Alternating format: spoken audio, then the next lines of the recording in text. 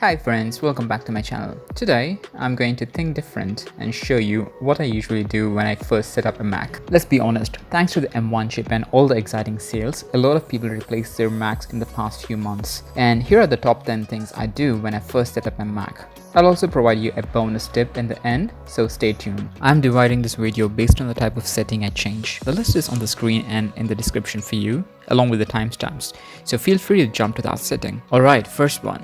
I love my MacBook Trackpad. It gets even better when I tweak it the way I want it. Open System Preferences, then click on Trackpad. Under Point and Click, check the box. Tap to click.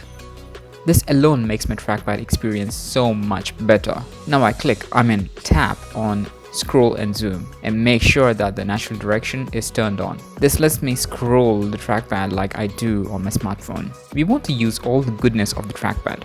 So go to More Gestures, select all the checkboxes and make sure 4 fingers is selected instead of 3 for this, and this. I enjoy 3-finger click and drag, which I've been using for a long time. Now go back to the System Preferences Home and click on Accessibility. Tap on Pointer Controls. Now click on Trackpad Options. Select Enable Dragging and then select 3-finger drag from the list. Click OK. This will let us move windows, select text, and a lot more with 3 fingers. Remember, only experts use 3 fingers. Next thing I want to make sure is that my Mac is up to date. Even if you brought your Mac brand new, it might still be out of date, so make sure to update it. Okay, now let's focus on Finder. Click anywhere on the desktop or select Finder. Click on Finder menu and open Preferences. Under General tab, you can show the hard drive and any external drives connected to the computer. I'll always change the new Finder window to always show my home folder, which is Venkatesh, and not Recents. Now go to Tags section and then uncheck tags which you don't think you use. Now click on Sidebar and enable or disable shortcuts which you need or don't need. This is similar to quick links in Windows Explorer. This makes the sidebar and Finder looks clean and fresh. I disable AirDrop and iCloud as I don't have an iPhone to take advantage of those features. Now click on View menu. Click Show Path Bar and Status Bar. Path bar shows exactly where you are in the system and you can move to any previous folder. It comes in handy particularly when I use folder view.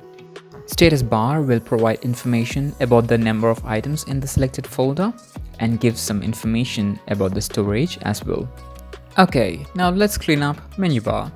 There are few things I like to see at a glance like battery and few which I never use. I can add and remove the menu items like this. Very innovative, isn't it? If you think it's weird to do this way, search for Menu in Spotlight. Open Menu Preferences, add and remove things you need. I enjoy last-minute assignment submissions, so I want seconds to show in the clock. I often use Command and Spacebar for Spotlight, so I never use this menu item. Okay, as I'm cleaning and simplifying things, I'll use the feature called Stacks on my desktop. Right-click on the desktop and click on Use Stacks. macOS will group all the related files as you can see. This will keep my desktop clean. This is when Stacks is turned on and this is when it's turned off. Dock is equivalent to taskbar on Windows machine. When we set up, we are greeted with tons of pre-installed apps on the dock. Since I don't use all the apps, I like to keep the most important apps on the dock, which I use regularly. Also, I like to use the magnification feature on the dock and like to keep it hidden. I use Hotcorners every single day. Open System Preferences, search for Hotcorners. I like to see desktop at a glance to see if any USB drive or if a file server is connected to my machine.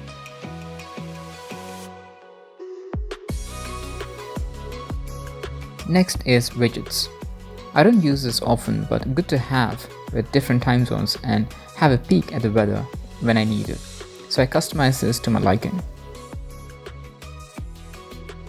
As I said earlier, I have an Android phone, but not an iPhone, so I use Google Storage and Google Services instead of iCloud. But even if you use iCloud a lot and sync your desktop and documents to iCloud storage, Apple smartly moves all the large files from your Mac into the cloud, which means your large files are deleted from your computer and stored in iCloud to save space. So if you don't have internet and want to use those large files, you're out of luck. So better not to have iCloud sync turned on. Last but not the least, I turn off most of the notifications on the Mac. Search for notifications.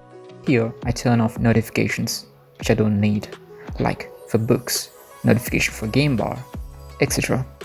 And I also turn on Do Not Disturb when screen is locked. Okay, time for the bonus tip. When you purchase a new Mac, you'll get 1 year of Apple TV subscription, so don't miss the deal. Just need to subscribe. Okay friends, these are the top 10 tips and bonus tip for you, and please like and share my video if you find it helpful, and please subscribe to my channel for more such amazing videos in the future. Cheers, bye.